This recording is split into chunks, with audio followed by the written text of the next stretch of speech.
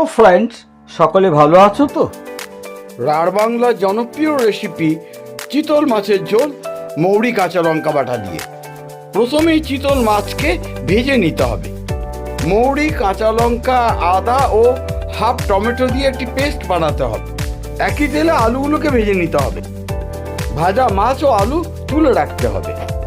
ফোড়নের সামান্য কালো জিরে, 2টি শুকনো লঙ্কা ও 2টি কাঁচা লঙ্কা নেওয়া হলো। এখন মৌরি কাঁচা লঙ্কা বাটার পেস্টটিকে খুব ভালো করে ভাজতে হবে। 1 চামচ হলুদ, 1 চামচ কাশ্মীরি লবণ, স্বাদ অনুসার লবণ দাও। খুব ভালো করে মিক্সিং করার জন্য একটু জল দিলাম।